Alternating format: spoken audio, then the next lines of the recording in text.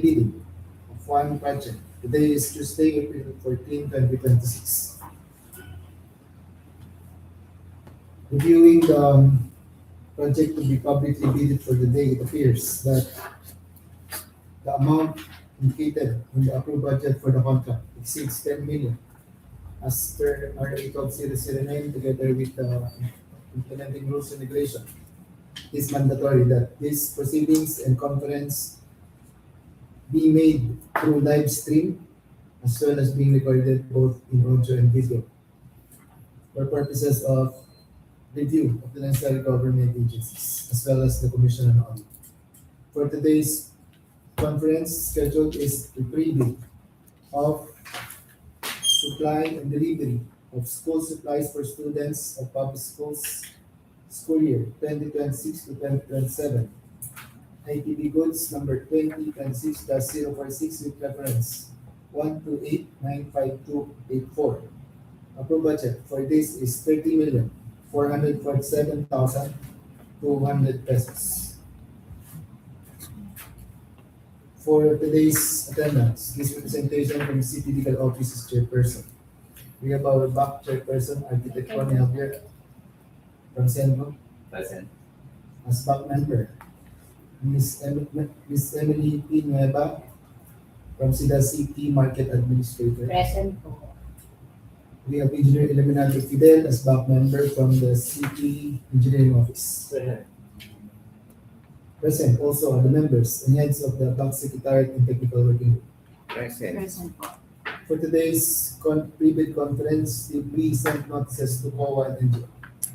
Yes po, Chairman. Invitations were duly sent to the COA and accredited NGO, but unfortunately, no representatives from COA and NGO are present for today's conference. Appearing on the notice for today's pre-bid conference are the notices sent to COA, Ms. Claire Mendoza, as well as NGO, Pastor Alexander Isagire and Lorena Yalo, all of which did not send any representative for today's pre-bid conference. At any rate, even if they're not around, as long as they're notified, and as long as this is being recorded and right now being live streamed to the official social media account of the city government of Quezon Martirez City, we can proceed with the pre-bid conference for today. For the public, we have Melvin Mojica of Milan Trading, Dario Armas, Bernadette Birante, and Jessica Sarita po. Sorry. Solita from Ramesh po. from Ramesh Trading Corporation. All of those who attended for today have signed the attendance as required by the implementing rules and regulation of RA 009. Presiding Back Secretariat, please announce the project as well as the EBC. Okay po, Chairman.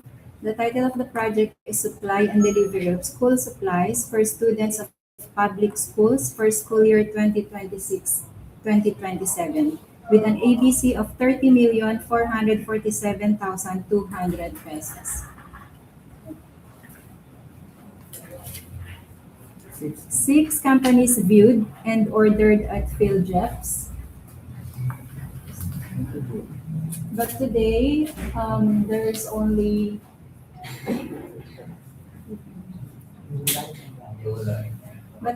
for today's conference, only New Line and Ramesh Trading Corporation are present. Before we proceed, we acknowledge the presence and attendance of our Chief of Staff to the Office of the Mayor, Mr. Gubernador Lucero Jr. as back member.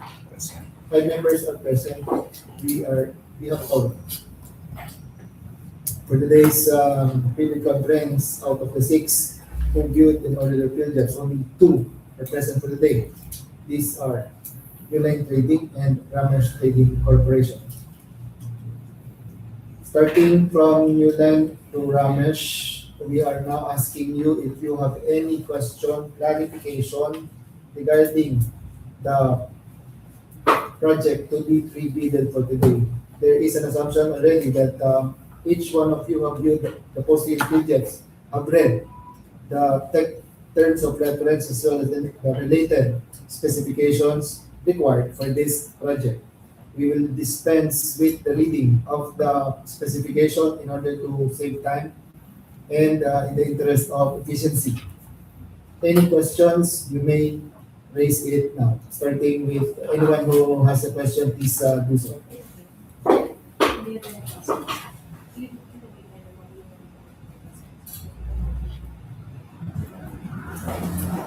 Regarding po dun sa, sa delivery ng items, ilang calendar days po? Can you please introduce yourself first, then please ask the question. This is being recorded. I am Jessica Sir from Ramesh Trading Corporation regarding with the reading documents, delivery of the school supplies. Yes po, how many calendar days po? Kasi hindi siya indicated dun sa pinaka-technical specs niyo. So this says 30. 30 days after notice to proceed is received. And then, sir, nakita ko kasi, sir, na wala kayong pinost na any forms doon sa SLCC and then loans calculated. Magbibigay ba kayo ng format sa amin? Or gagamit kami ng SLCC na format? Technical working group, please respond to the question because you will be the one to evaluate the necessary documents as well as supporting qualifications. Yung nasa RA 1209 po. So, then, So as per technical working group to be clear, we follow the prescribed form indicated under RA 12009. That will be all, ma'am. Representative from Ramesh. Any other from Magulay? Wala naman po. Yung lahat po ng list ko sa detox namin po. Okay naman po. How about for the other two who are present? No question? Okay. Same representatives, same corporation from the other two. So, how about the committee members? Do you have any questions or clarification? Can we see the PR? May copy ba kayo ng PR?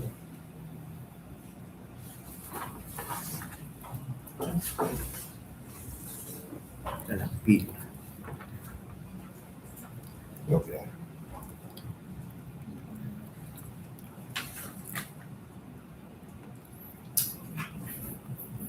Number yan. 030485.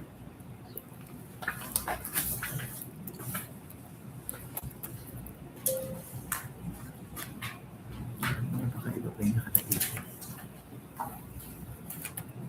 Ito po yung ranges natin. Basics.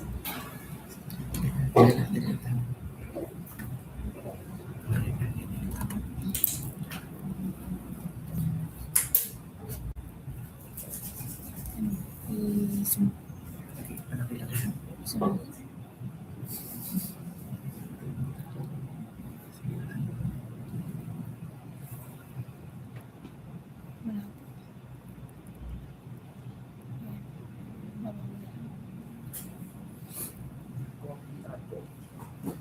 Purchase request. This is the description of the items.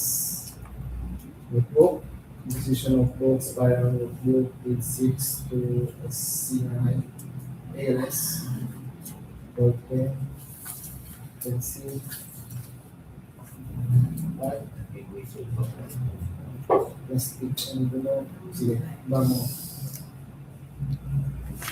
Tell me all. Okay na ba? Wala po. Yan lang po. ito lang. Hindi na siya ba? Nakalagay. Yata, sa pinakababa. Kaya ano po nga, plastic envelope with hassle. Yun po. Ay, may other na plastic envelope na handle. Opo, napiste lang dyan. So, the number of students to be given with this supplies is 50,300. Tama? Okay, per item. So,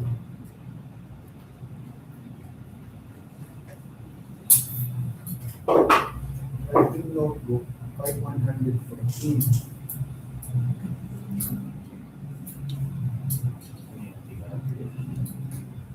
Yung writing note, Read one. ba't nag-exceed ng 50,000?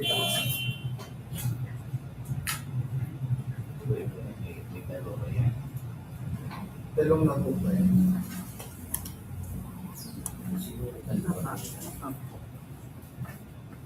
Composition. Grade 1 to 3. Tapos yung composition of book, grade 4 to 5. Spiral. Senior school. Yung high school na po, grade 6 kasi yung high school. 357. Sinakatutan lang yung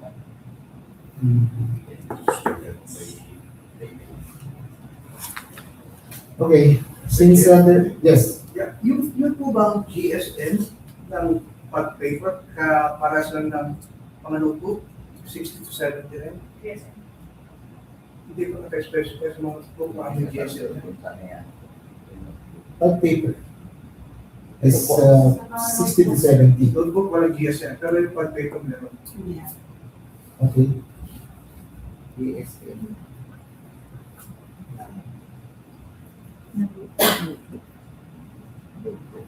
So other than that, do you have any Ano po sir, yung plastic envelope, pero ba example yan? plastic envelope? Do you have sample for that? Ano yung dimension yan? And the dimension also. So we are taking note of the observation as this is still under preview. At any rate, we will still have the opportunity to have the supplemental bid bulletin for this in the event that we can clarify with certainty the exact specification for the plastic envelope as well as the GSM for the writing notebook, composition notebook, and spiral notebook. So we have to consult with the end user and the persons or offices who prepared the purchase request in order for them to provide the specific description of the items they listed for procurement. This will be posted in the supplemental bid of the city government. So other than that, do we have other Yes sir, door-to-door delivery po ba ito? By school, Or dito bagsak. or dito lang mong bagsak? I think this will be centralized deliveries in our central depot because the General Services Office has to verify and still check the content and the items to be delivered. So this will not delivery by school is not advisable. Meron siya. Kumbaga, We have a specific location for the deliveries of our items. So other questions? I think there, yes. In addition lang to sa mga award po, yung ano natin to. Which is ito naman po ay taon na ginagawa po ng City Government na programa po ng ating mga kamayo. Ay kung mabalikan na natin yung mga nakaraang taon, ay sisimula po ang school year ng mga August or September. So sa ngayon po, base po sa national news, ay mag-start po ang klase ng June. So third quarter po, mag-start po June. So ngayon po ay April 14. So remind lang po sa ating mga paninimabang ay paki-ano na lang po, agapan no. Kasi baka malito tayo, nakaprograma ko yung ating gobyerno tungkol po sa mga ganyan, especially sa mga estudyante o sa public school. Diba? During the cost qualification sa Manalo, yung nanalo bidderers, kailangan na lang mag-submit ng sample. Yes, it has to. Kailangan. They have to because time is of the essence as manifested by one of the back members. The start of the school year 2026 will be adjusted at an earlier date compared to what is being observed during the past years. For example, for this year, they adjusted it to third quarter of June. That's why the city government also have to make the necessary adjustment at an earlier date for the public bidding of this project, preferably within the period of the first week of May or second week of May, so that delivery will coincide with the start of the classes estimated around third quarter of June. So if there are no more questions, we can proceed with the termination of the pre-bid conference, and we will be posting the supplemental bid documents at the soonest possible time or within 3 to 4 days from today. And the technical working group are tasked to coordinate with the end user as well as the office to prepare the purchase request to identify with specific details regarding the size of the plastic envelope as well as the GSM size of the spiral notebook, composition notebook, and writing notebook. Having said that, without objection from the committee members as well as no further questions from the public attended to today, the pre-bid conference is hereby terminated and will be subject to public bidding on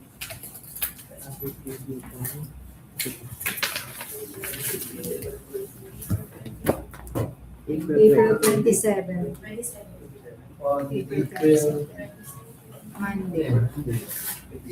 April 27 po, Monday. Monday. Not unless the vice chair will take over. I have a hearing. Okay. 28. Okay.